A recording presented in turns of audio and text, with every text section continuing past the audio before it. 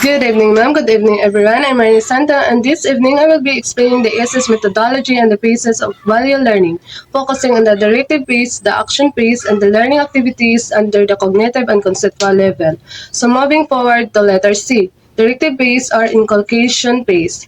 The directive phase, or also called the inculcation phase, is a values development approach where learners are taught specific values directly through guidance, modeling, and reinforcement. The goal is to instill desirable values and shape behavior through repetitive instructions and example. So which is mean the directive phase, also known as inculcation phase, is a phase in values education where specific values are taught directly to learners. In this phase, the teacher or facilitator are important to explain clearly what values and demonstrate these values through action and reinforces them through reminder and guidance. So the main purpose of this phase is to shape behavior and attitude by repeatedly showing and teaching desirable values such as self-worth, responsible and discipline, and respect. For example, a teacher tells students that self-confidence and responsibility are important value. The teacher explains why these values matter, show confidence while teaching, praises students who try their best. Through these, learners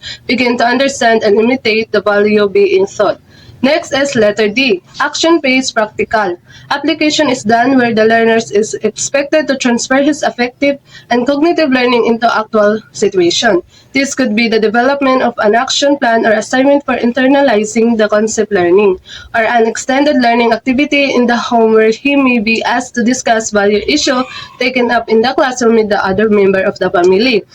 So which is main action phase is where learners are expected to apply what they have learned. This phase focusing on turning values from ideas into real life action. Learning use both thinking and feeling, or cognitive or affective, to act properly in different situations. This phase may involve creating an action plan, completing value-based assignment, practicing value at home, and discussing value lesson with family member. So the goal is to help learners internalize value by practicing them in daily life.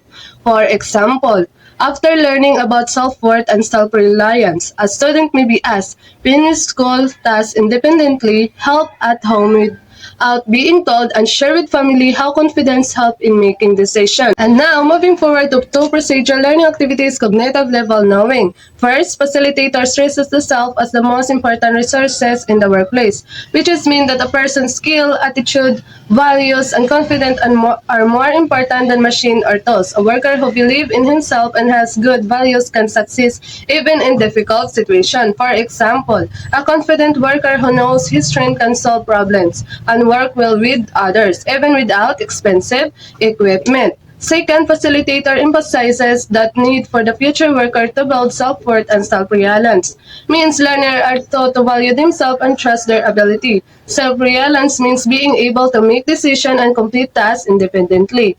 For example, a student who study on their own and believe they can improve in practicing self-worth and self-reliance. And now they have a conceptual level of understanding. Facilitator tell a traditional Indian fable. A mouse was in a constant distress because of its fear of a cat. A magician took pity on it and turned it into a cat. But then it's become afraid of the dog, so the magician turned it into a dog. Then it's began to fear to the father, so the magician turned it into a panther. So there was a mouse who lived in a fear of a cat. A magician felt sorry for the mouse and turned it into a cat. However, the cat became afraid of a dog.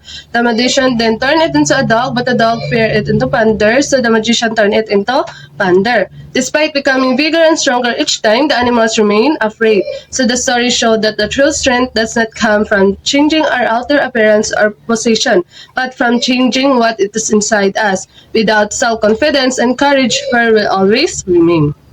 So in the end, the magician realized that no magic could remove fear unless the heart was changed. He then taught the animals to believe in itself. Slowly, the fear disappeared not because it became stronger, but because it became braver inside. So this teaches us the value education is not about changing who we appear to be, but about shaping who we're inside. Through the directive phase, we learn what value are important, and through the action phase, we live out this value in our daily lives. And that's all. Thank you for listening.